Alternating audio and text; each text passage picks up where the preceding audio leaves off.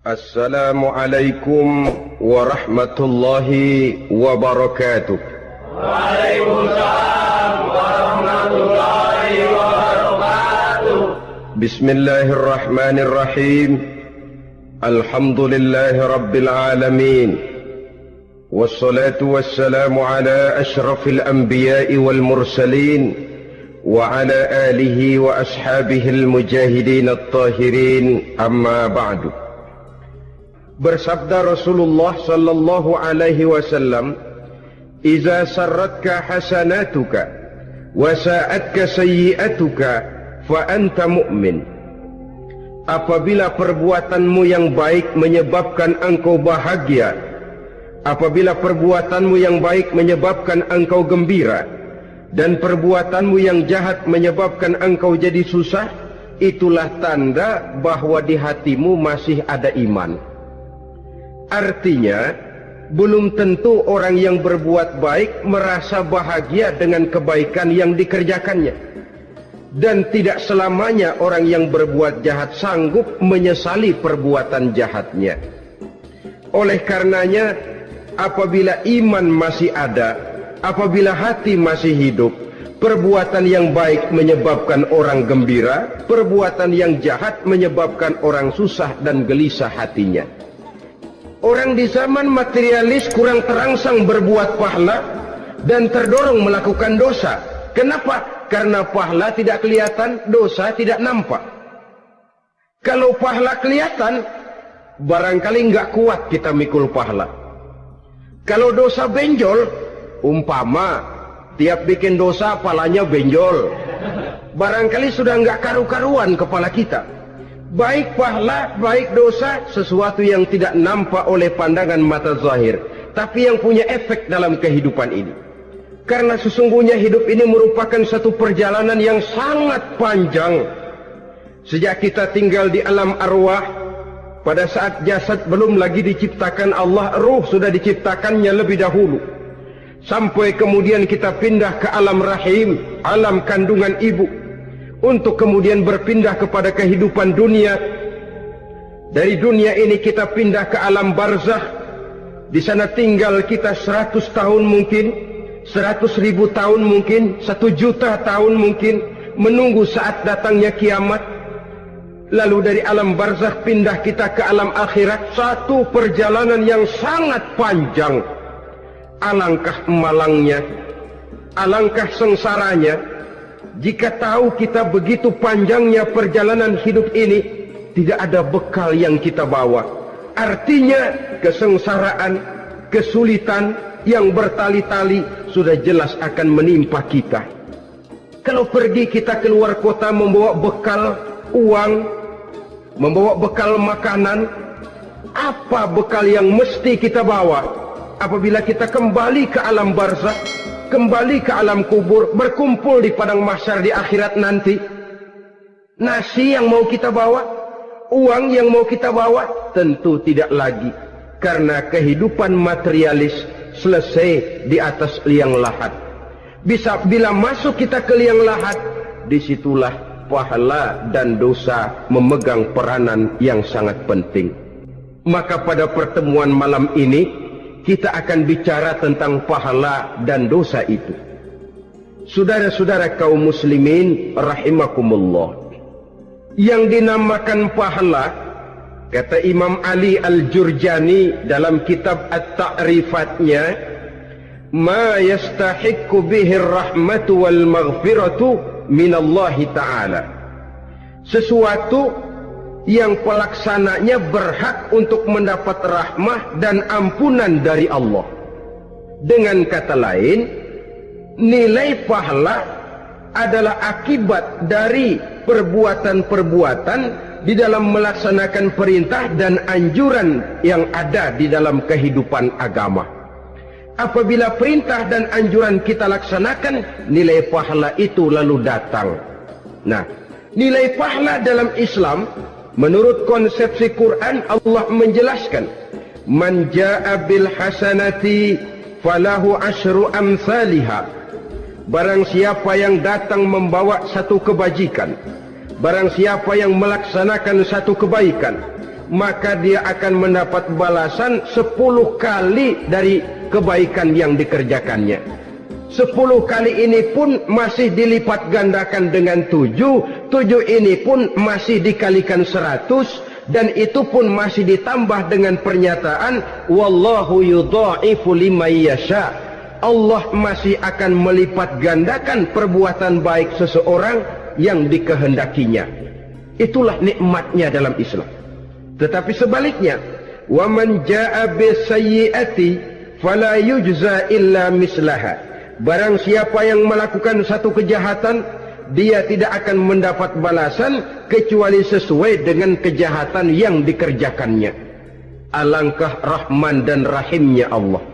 Orang yang berbuat baik dibalas 10, dikali 7, dikali 100, masih dilipat gandakan pula.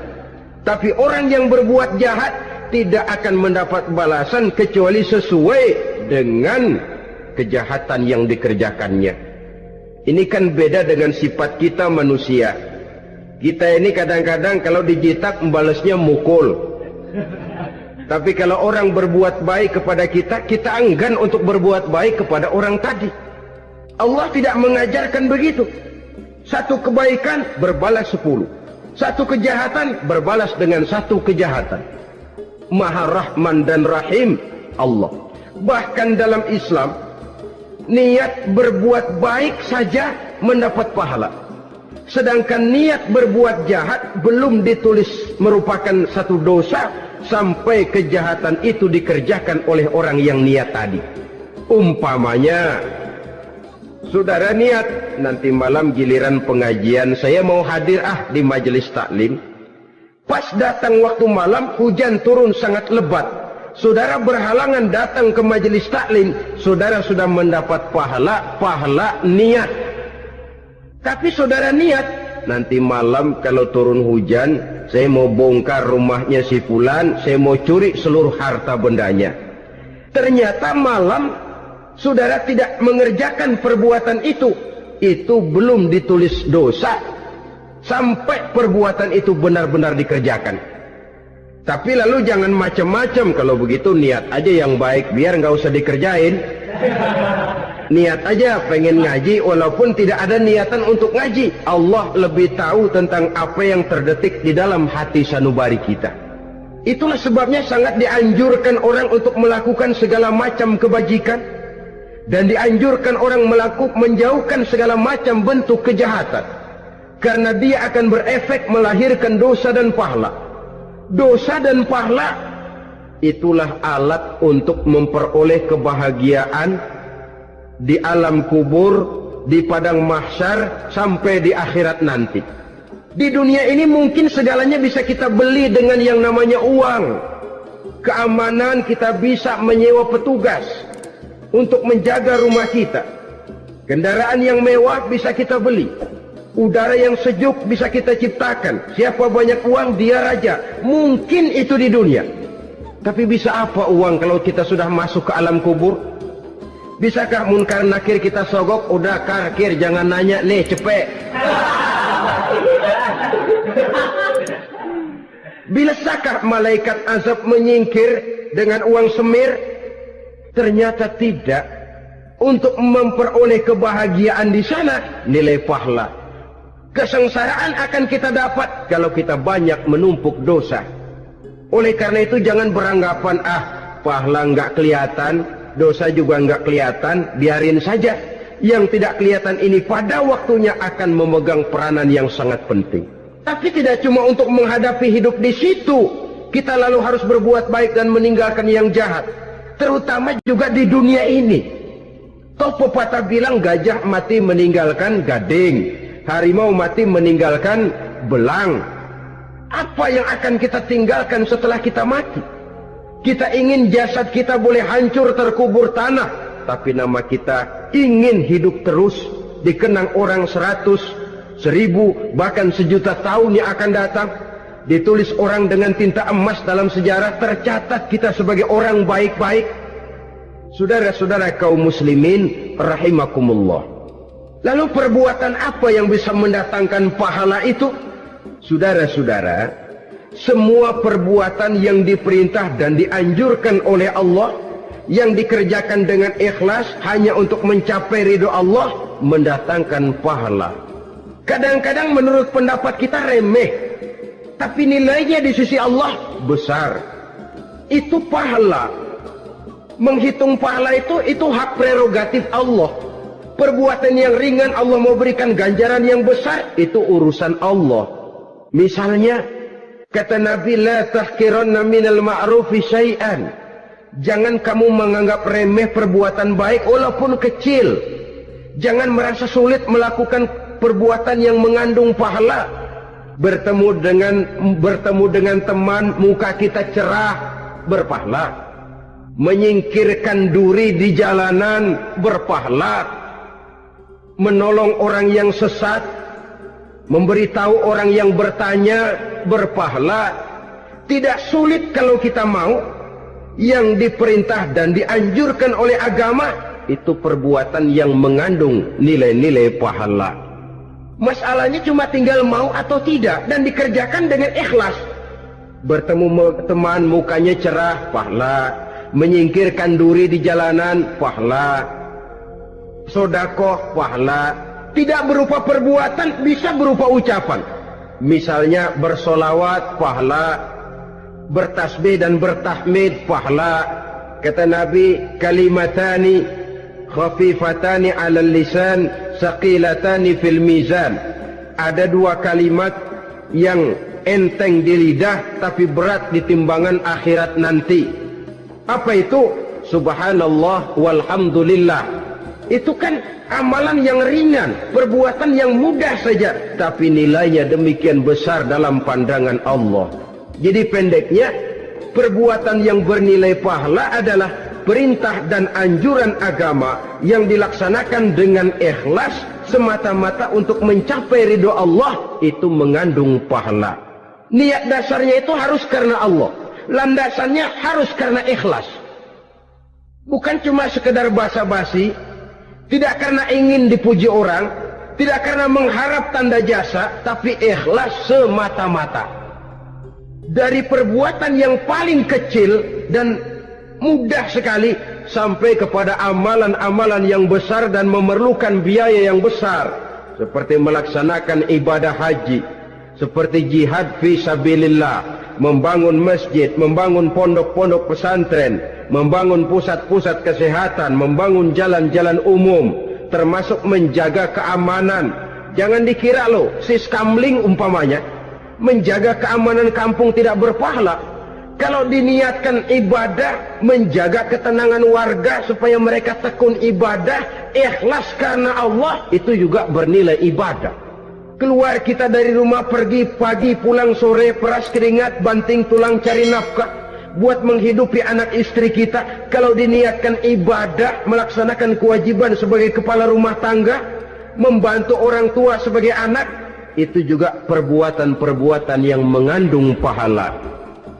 Yang terbaik sesuai dengan bidang kehidupan kita. Ada orang yang dinamakan abid, ahli ibadah, pahala yang paling baik bagi dia banyak-banyak tahajud, sembahyang malam, wirid, zikir, tasbih. Ada yang dinamakan orang alim, pahala yang paling baik buat orang macam ini mengajar, menyebarkan ilmu, mendakwahkan Islam. Ada yang disebut wali, pejabat pemerintah, petugas. Amalan pahala yang paling baik buat orang semacam ini melayani masyarakat, bekerja di bidangnya sesuai dengan profesinya. Saudara hadirin yang saya hormati, jadi dengan demikian perbuatan-perbuatan yang mengandung nilai-nilai pahala ini bisa perbuatan yang menurut kita kecil namun punya nilai besar. Apalagi perbuatan besar dengan biaya yang besar, tentu makin besar juga pahala yang disediakan oleh Allah Subhanahu wa ta'ala. Oleh karenanya, kalau kita bercermin dari ayat Quran, hidup ini kesempatan untuk berbuat baik. Huwallazi khalaqal mauta wal hayata liyabluwakum ayyukum ahsanu amala. Dialah Allah, Tuhan yang telah memberikan hidup dan mati kepadamu untuk menguji kamu, siapa di antara kamu yang paling baik amal perbuatannya. Jadi tidak saya rinci, tapi cukuplah satu penjelasan global. Perbuatan yang berpahala adalah perbuatan melaksanakan perintah Allah atau anjuran Allah dengan dasar ikhlas, dengan tujuan untuk mencapai ridho Allah semata-mata. Lalu apa perbuatan yang mengakibatkan dosa itu? Saudara-saudara, dosa lahir akibat melakukan larangan Allah atau mengerjakan yang dicelaknya. Nah, para ulama ada yang membagi dosa itu menjadi dua bagian. Ada dosa-dosa kecil, ada dosa-dosa besar. Tetapi sebenarnya ditinjau dari segi hakikatnya, kalau sudah melakukan satu kesalahan yang mengakibatkan dosa, jangan dilihat besar dan kecilnya, tapi kepada siapa dosa itu kita kerjakan. Sebab kalau dosa kita anggap satu yang kecil, orang akan terangsang untuk mengerjakan yang kecil-kecil saja. Sehingga dengan demikian, yang kecil pun akan menjadi besar kalau ditumpuk-tumpuk.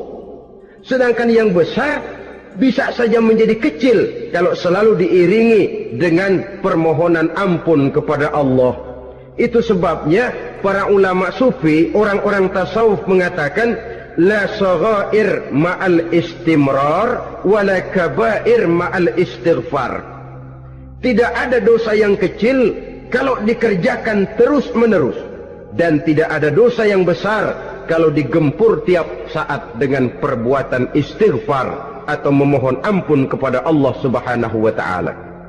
Cuma saja pada umumnya, karena dosa-dosa kecil itu lebih mudah taubatnya, dan ada janji Nabi, barang siapa yang meninggalkan dosa-dosa besar akan diampuni dosa-dosanya yang kecil-kecil.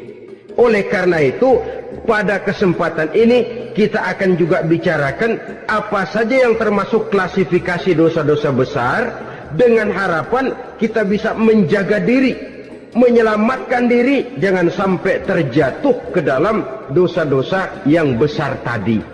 Tetapi bukan berarti kita harus terangsang melakukan dosa-dosa yang kecil. Ah, biarin kecil ini, tobatnya gampang. Ah, dosa kelas teri. Ah, dosa itu kan tidak kelihatan. Lalu terangsang melakukan perbuatan dosa-dosa walaupun kecil, kalau berlarut terus-menerus dia akan tumbuh menjadi dosa yang besar. Oleh karenanya jangan sampai mengundang pengertian kalau kita membicarakan dosa-dosa yang besar lalu terangsang melakukan dosa-dosa yang kecil, karena bagaimanapun juga dosa kecil dan dosa besar sama dalam arti kepada Allah kita melakukan kesalahan. Dan dosa yang kecil pun kalau bertumpuk, dia akan menjadi banyak. Saudara-saudara kaum muslimin rahimakumullah, ada beberapa jenis dosa-dosa besar. Jenis yang pertama, asyirku billah, syirik atau menyekutukan Allah. Dari sekian deretan dosa-dosa besar, syirik ini merupakan bapak moyangnya dosa. Dedengkotnya dosa itu syirik, menyekutukan Allah. Bahkan dosa yang lain Allah masih mau mengampuni, tapi kalau sudah syirik, menyekutukan Allah, itu sudah satu dosa yang tidak berampun sama sekali. Oleh karena itu tepat pesan Imam Ghazali tadi, jadi di safinah fa innal bahra amik, jaga iman, pelihara akidah, dandani kapal, karena hidup ini gelombang lautan sangat dalam, hidup banyak cobaan. Di dalam hidup di zaman sekarang ini, saudara bisa perhatikan, di mana tensi ekonomi tinggi, lapangan kerja sulit, persaingan hidup makin tajam, sifat egois dan individualis tumbuh di mana-mana, rasa solidaritas sosial menurun, sifat gotong royong musnah. Orang mudah potong kompas, potong jalan. Ingin cepat kaya, ingin cepat naik pangkat, ingin dapat kedudukan. Kadang-kadang akidah pun terjual, akidah pun musnah, jatuh ke jurang syirik pun tidak jadi soal. Itu yang kita khawatirkan. Kalau dosa-dosa yang lain Allah masih mau mengampuni, tapi kalau sudah jatuh kepada syirik, Allah sama sekali tidak akan memberikan ampun. Dalam kaitan dengan ini barangkali tepat sinyalemen Imam Ali itu. Andai kata kemiskinan merupakan satu kepribadian, saya akan membunuhnya lebih dahulu. Artinya memang kemiskinan ini sering mendorong orang kepada jurang kemusyrikan. Tidak tahan menghadapi godaan perut akibat tensi ekonomi yang tinggi, lapangan kerja yang sulit. Iman pun jadilah ditukar dengan 3 liter beras. Akidah pun jadilah dibarter dengan 3 bungkus supermi, dengan pakaian bekas, dengan obat-obatan. Tidak jadi soal baginya mengejar kebahagiaan yang relatif singkat dengan mengorbankan kebahagiaan yang abadi. Persis ibarat pepatah, nyari jarum kampak hilang. Mencari sesuatu yang kecil, yang besar jadi sia-sia. Membela perut, mengorbankan akidah. Na'udzubillah summa na'udzubillah. Saudara-saudara kaum muslimin rahimakumullah. Ini fakta. Ini kenyataan. Dan hal semacam ini tidak bisa diatasi cuma dengan ceramah, simposium, diskusi, seminar. Apalagi Nabi berpesan, solahu ummati bil ilmi wal mal. Umatku hanya bisa menjadi baik akidahnya dengan ilmu dan harta. Itu bahasa Nabi. Kalau bahasa kita sekarang, dengan ekonomi dan pendidikan. Ilmu, pendidikan, ekonomi, harta. Tanpa itu sangat besar kemungkinan kita bisa menjual akidah terjerumus di lembah kemusyrikan.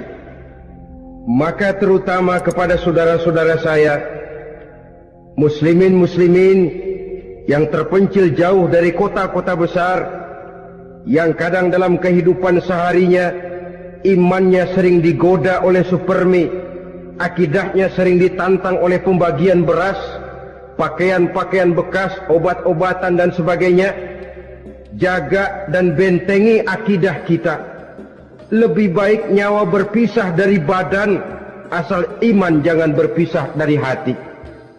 Kepada adik-adik saya para remaja, para pemuda di kota-kota besar, yang iman dan akidahnya sering ditantang dengan minuman-minuman keras, fasilitas-fasilitas yang menghanyutkan, yang secara terarah dan praktis sedikit demi sedikit menggiring kita untuk keluar dari nilai-nilai akidah. Hati-hati, jaga baik-baik, sebab intan paling mahal, mutiara paling berharga, tidak lain nilai iman ini. Tergelincir kita daripadanya, jatuh ke lembah kemusyrikan, jatuh ke satu dosa yang teramat besar, yang Allah tidak akan pernah memberikan ampun lagi. Ini dosa besar yang pertama. Yang kedua, qatlun nafsi illa bilhaq. Membunuh orang tanpa alasan yang benar. Di zaman kesulitan ekonomi kadang-kadang orang mudah nekat. Tengok saja, kadang-kadang karena pasal uang 100-200 perak saja nyawa bisa melayang. Kadang-kadang karena urusan yang remeh, salah omong, salah ambil, salah ucap, salah pegang, nyawa bisa jadi melayang. Alangkah murahnya nyawa, seakan-akan kita yang punya. Padahal nyawa itu hak milik Allah. Tidak pantas kita merampasnya, tidak pantas kita menghilangkannya dari jasad seseorang. Oleh karenanya, membunuh orang merupakan satu dosa yang sangat besar. Jangankan kepada orang yang seakidah, orang yang lain akidah saja pun, kalau dia hidup berdamai, rukun, berdampingan, kita harus melindungi. Apatah lagi teman seakidah sendiri. Saudara-saudara kaum muslimin rahimakumullah. Pantas kalau Nabi menyatakan, apabila dua orang Islam sudah saling berkelahi, berbunuh-bunuhan, al-qatil wal maqtul finnar, yang membunuh dan yang dibunuh dua-duanya sama-sama masuk neraka. Sahabat heran, ya Rasul, kalau yang membunuh masuk neraka sih wajar, tapi yang terbunuh kok neraka juga, kenapa? Kata Rasul, sebenarnya dia juga cuma sudah niat untuk membunuh, cuma keduluan saja. Andai kata dia tidak terbunuh, tentu dia yang akan membunuh. Saudara-saudara kaum muslimin rahimakumullah, Islam sesuai dengan namanya adalah agama damai. Kita tidak boleh mencari-cari musuh, walaupun tidak boleh lari kalau bertemu musuh. Oleh karenanya, pantang seorang muslim menimbulkan benih keonaran menjadi biang kerok buat lingkungannya. Sesuai dengan namanya, seorang muslim adalah seorang yang dalam hidup senantiasa berusaha menebarkan salam, menebarkan kedamaian, ketenangan dan ketentraman. Dengan prinsip musuh jangan dicari, bertemu pun jangan lari. Yang ketiga, termasuk dalam kelompok dosa besar ini, syurbul khamr, meminum minuman keras. Termasuk di dalam kata khamr ini ganja, morfin, narkotik. Sebab apa? Jenis minuman semacam itu tidak hanya merusak keadaan sekarang, tapi sekaligus merusak kehidupan yang akan datang. Kalau itu jatuh di tangan generasi muda, artinya kan merusak kehidupan masa depan daripada suatu bangsa. Karena apa? Remaja dan pemuda merupakan bentuk miniatur daripada kehidupan bangsa.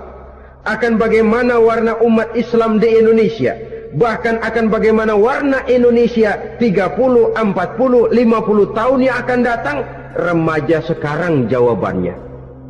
Kalau remaja kita sekarang ini kerjanya cuma bisa nyekek botol, insya Allah bangsa Indonesia 30-40 tahun yang akan datang akan tumbuh menjadi bangsa teler. Tidak banyak yang bisa kita harapkan. Remaja adalah gambaran masa depan dari satu bangsa, dari satu umat. Dan remaja itu di dalam dirinya secara fitrah terkumpul semua bakat, terdapat semua kemungkinan. Kita ini lahir membawa sifat pemimpin, tapi juga membawa sifat pengacau. Kita ini ada bakat jadi orang jujur, ada bakat jadi pengkhianat. Kita ini ada bakat menjadi orang baik-baik, kita juga punya bakat jadi biang kerok. Kita kemungkinan bisa jadi pemimpin bangsa, tapi juga bisa menjadi pemimpin bangsat. Nanti lingkungan dan pendidikan akan menumbuhkan, membentuk mana yang tumbuh lebih subur. Kalau lingkungan dan pendidikannya lebih banyak bercerita tentang kejujuran, maka nilai kejujuran yang akan tumbuh lebih banyak dalam jiwanya. Dan insya Allah diharapkan dia akan menjadi manusia yang jujur di kelak kemudian hari nanti. Dan masalah minuman keras ini sebenarnya berkait. Kita tidak bisa cuma menyalahkan remaja saja, menyalahkan pemuda saja.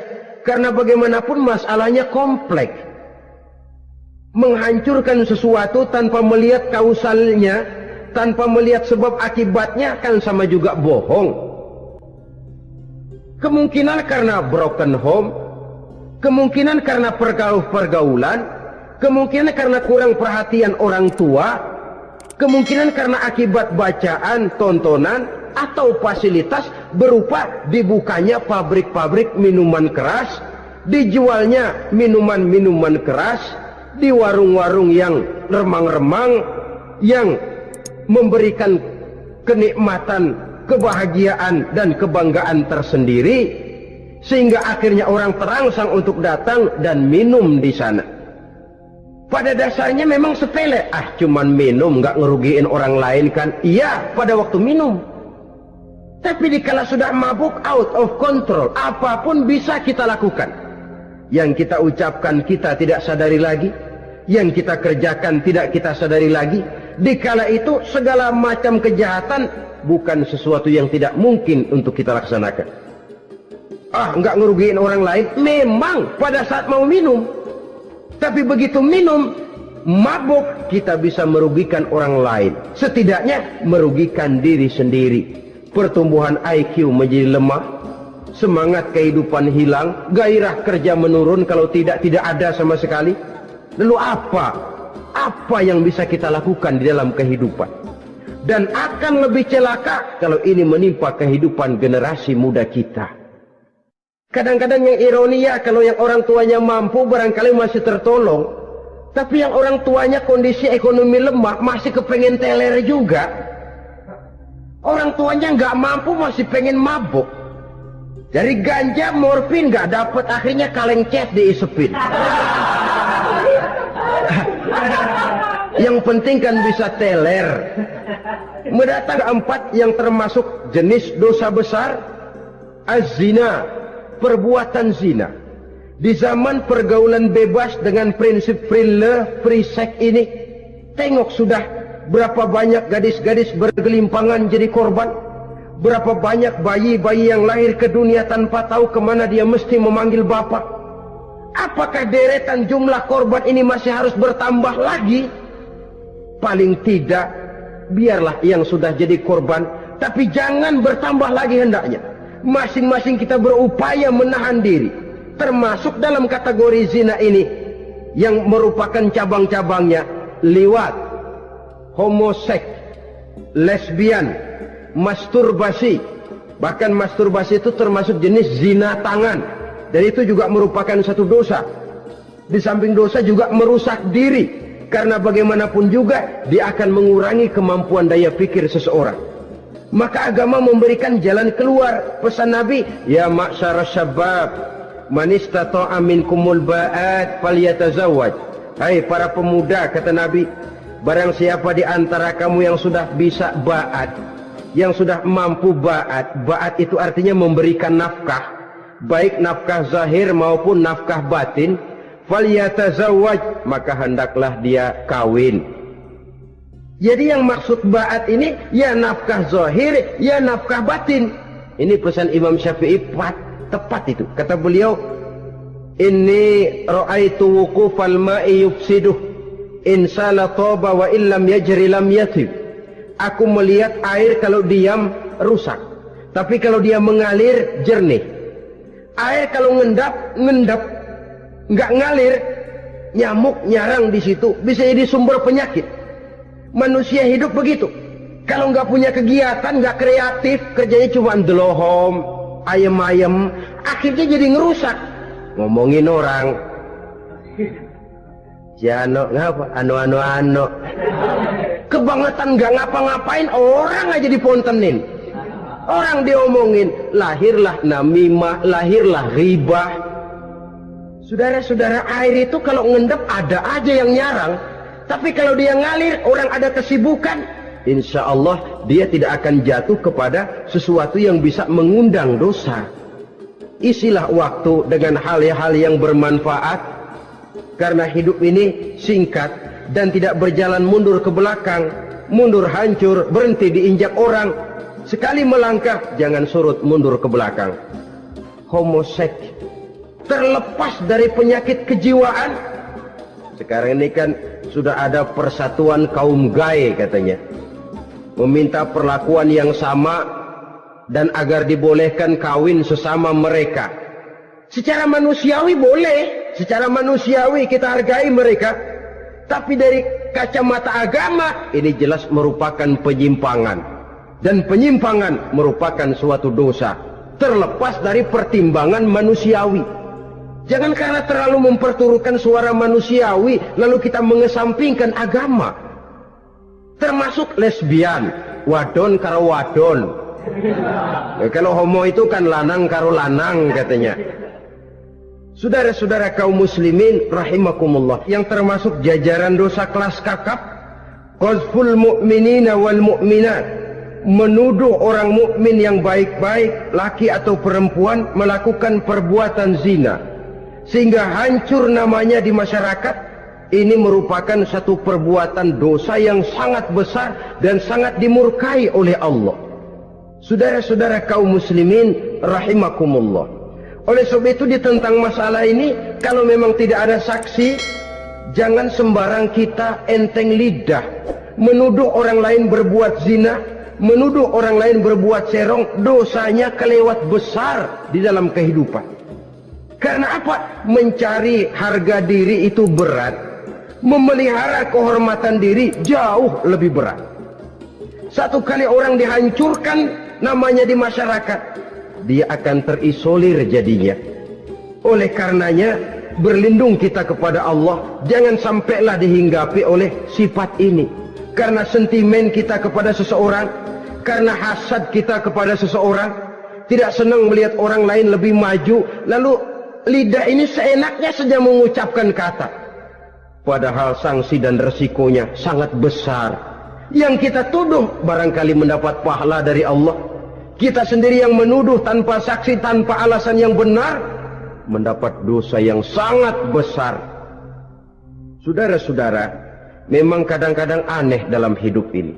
Seorang pelacur biasanya bisa menjaga mulutnya di masyarakat, kata-katanya baik, sopan. Kenapa? Karena mulut yang satu sudah tidak terjaga.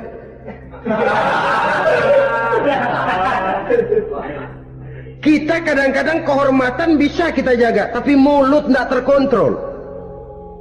Ngomong saenake dewe, bikin orang mangkel, kesal, fitnah sana, fitnah sini, menghancurkan nama baik orang, ngomongin yang macam-macam. Bagai-bagai macamlah caranya. Saudara-saudara kaum muslimin yang berbahagia. Jadi dengan demikian, menuduh orang lain berbuat zina, sedangkan orang itu tidak pernah melakukannya, ini termasuk satu dosa yang sangat besar di dalam kehidupan ini. Yang keenam, al-'aqu bil walidain, durhaka kepada ibu bapak. Seorang anak, bagaimanapun banyak nilai ibadahnya, banyak kebaikan di masyarakat, menyandang berbagai macam gelar, pangkat dan jabatannya tinggi, tapi kalau sudah durhaka kepada kedua orang tuanya, alamat hidup tidak lagi membawa keberkahan. Dan itu dosa yang sangat besar. Sampai Nabi sabdakan, ridho Allah ada di dalam keridhaan ibu bapak, murka Allah pun ada di dalam kemurkaan ibu dan bapak. Walaupun belum tentu setiap kita orang tua, tapi yang jelas setiap kita adalah anak. Dan setiap anak punya ibu dan bapak. Jangan sampai kacang lupa kepada kulitnya.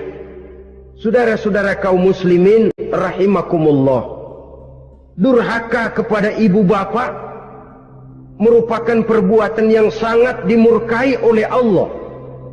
Apalagi ibu yang telah melahirkan kita, bahkan mengandung kita.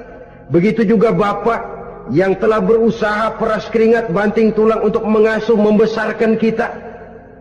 Tidak ada perbuatan baik yang kita lakukan untuk bisa menebus kebaikan daripada ibu dan bapak kita. Setidaknya kalau belum bisa berbuat baik kepadanya, kepada keduanya, janganlah menyakiti hati keduanya. Itu saja dulu yang harus dijaga. Kadang-kadang sudah berbuat baik enggak, nyakitin melulu. Sudah nyenangin belum bisa, saban sehari nyakitin saja. Padahal kedua orang tua itu doanya manjur, sebagaimana sumpahnya juga bisa jadi kenyataan, dan sering bahkan menjadi kenyataan. Sampai ibu bapak sudah wafat, sudah meninggal sekalipun, kewajiban berbakti masih harus terus dilakukan oleh seorang anak. Lalu yang ketujuh, at-tawalli yaumaz zahfi, berpaling pada hari pertempuran. Orang sedang sibuk-sibuk menghadapi musuh, maksudnya berjuang membela agama ini, dia lari menyelamatkan diri. Pengecut, mental munafik. Ayo, kalau demi agama, mari kita maju ke depan. Allahu Akbar, yang besar Allah, yang lain kecil semua, maju. Orang lain maju serentak, dia mundur jauh ke belakang. Mental munafik, mental calo istilah sekarang ini.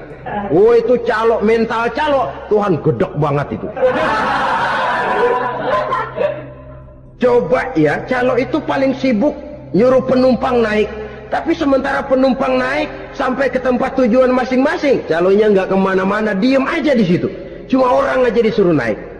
Saudara-saudara, kerja bakti, orang turun ke comberan, dia naik ke tempat tidur. Mundur di hari pertempuran, menyebabkan orang lain gugur, dia sendiri menyelamatkan diri. Mental pengecut, mental munafik, itu merupakan dosa yang sangat besar. Saudara-saudara kaum muslimin rahimakumullah, itu sebabnya agama itu memerlukan keberanian. Memang, tapi bukan keberanian yang tanpa perhitungan. Sebab berani tanpa berhitung namanya berani babi. Kita berani kalau benar, kita harus takut kalau salah. Jangan dibalik. Salah berani, nekat namanya. Benar takut, pengecut namanya. Orang yang pengecut adalah orang yang takut membela kebenaran. Orang yang nekat sesungguhnya udah salah nggak malu lagi. Udah salah nekat lagi. Merasa rugi berbuat kebaikan, puas kalau berbuat kejahatan. Padahal Nabi pesan, siapa yang berbuat dosa sambil tertawa, nanti dia akan masuk neraka sambil menangis. Karena itu dipesan pula di dunia ini, sering-seringlah mencuci mukamu dengan air mata taubat. Cuci lidahmu dengan zikir kepada Allah. Bersihkan hatimu dengan air ikhlas. Saudara-saudara kaum muslimin rahimakumullah, kan ada toh orang berbuat baik nggak gembira, tapi berbuat jahat malah puas. Atau sama saja orang lain berbuat baik, hatinya kesel. Orang lain berbuat jahat, dia malah mendukung. Atau orang lain tergelincir berbuat jahat, dia malah girang. Ini kan tidak objektif. Karena yang berbuat baik orang yang dia keselin, dia nggak seneng. Tetapi karena yang berbuat jahat orang yang dia senengin, dibenerin juga. Itu nggak objektif namanya. Mundur di hari pertempuran pada saat saudara-saudara kita sedang menghadapi musuh, sikap pengecut yang sangat dibenci Allah. Yang kedelapan, termasuk kelompok dosa besar, aklu malil yatim, makan harta anak yatim. Kadang-kadang ada orang mengeksploitir loh nasib anak-anak yatim. Karena biasanya para dermawan peka kalau mendengar nasib yatim, memberikan santunan. Si yatim belum makan, yang ngurusin udah pada kenyang. Mengeksploitir, memakan harta anak yatim termasuk dosa yang sangat besar. Sehingga Nabi pesan, ana wa kafilul yatim kahataini yaumal qiyamah. Aku dan orang yang menyantuni anak yatim seperti dua jari ini di hari kiamat. Rumah yang paling dimuliakan Allah adalah rumah yang di dalamnya ada anak yatim yang hidupnya dihormati, hidupnya disantuni, keperluannya dicukupi. Maaf saja, tahap kita menyantuni anak yatim ini baru tahap setahun sekali. Kalau Muharram kita agungkanlah, kita besarkan. Lebaran yatim katanya. Kita kumpulkan dana, kita usap kepala yatim, kita kumpulkan beras, kita bagikan hari itu. Perkara bulan berikutnya dia kelaparan, kita masa bodoh. Bahwa di bulan Muharram kita santuni yatim piatu itu sudah baik. Tapi akan lebih baik lagi kalau kita sanggup menjadi bapak asuh mereka, memikirkan sekolah mereka, ada kontinuitas. Kalau mereka diasuh oleh orang lain, lalu bertukar agamanya, berpindah akidahnya, kita ngomel habis-habisan. Tapi kita ada kemampuan, kita tidak mau berbuat semacam itu. Ya sama juga bohong namanya. Yang kesembilan, syahadatuz zur, sumpah palsu. Sebab sumpah palsu ini menggunakan nama Allah untuk sesuatu yang tidak benar. Nama kita saja dibawa untuk yang tidak benar, kita jengkel. Nama kita dipalsukan untuk sesuatu yang tidak baik, kita kadang-kadang jengkel, tidak puas jengkel, menuntut melalui saluran hukum. Kenapa? Nama saya dicatut. Bagaimana lagi kalau nama Allah kita pakai untuk bersumpah, sumpahnya palsu, menguntungkan kita, merugikan orang lain, Allah murka betul. Maka sumpah palsu termasuk deretan dosa-dosa besar. Apalagi yang ke-10, aklur riba, makan riba alias renten. Ini kan yang cepat mendatangkan uang. Kadang-kadang kalau yang bikin riba itu orang awam barangkali, ya masih kita maklumin. Kadang-kadang penyakit ini datang menimpa mereka juga yang kita kenal kebaikannya. Bahkan suka datang ke musola, rajin ke masjid, kadang-kadang riba masih dimakannya. Karena cara cari duit paling enak, duit utuh tambahnya terus masuk. Na'udzubillah summa na'udzubillah. Itu yang diibaratkan dalam perjalanan Mi'raj waktu Nabi diperlihatkan neraka. Orang perutnya sebesar rumah dililit ular, diseret-seret itu hancur perutnya, dibulatkan lagi, diseret lagi, hancur lagi, dibulatkan lagi, terus menerus begitu. Dia berteriak, mengerang, mengeluh, mengaduh kesakitan. Nabi tanya, itu apa Jibril? Itu contoh dari umatmu yang suka makan riba Muhammad, makan renten. Saudara-saudara, ini kan mencekik leher orang. Orang sedang kesulitan, kelihatannya sih baik, menolong, tapi di belakang menolong itu nyekek. Di belakang nolong itu nyekek, dan nyekek itu sebenarnya tujuan utamanya. Orang yang menjalankan riba pada dasarnya tidak punya peri kemanusiaan kok. Kalau dia kelihatannya mau menolong, kelihatannya motifnya mencari untung di belakang itu. Jauh dari kemanusiaan. Yang ke-11, saudara-saudara, termasuk jajaran dosa besar itu qat'ur rahim, memutuskan silaturahmi. Marah, hobi sama marah. Kalau 3 hari nggak marahan sama orang, ngebet palanya. Selalu nyari gara-gara. Kalau udah marah berlaku perpanjangan waktu. Tahun, 2 tahun, kadang-kadang seumur hidup. Saudara hadirin yang saya muliakan. Apalagi mengurangi timbangan termasuk kelas dosa besar. Makan suap termasuk dosa besar. Semir menyemir dosa besar. Apalagi bunuh diri. Nah ini, bunuh diri dosa besar.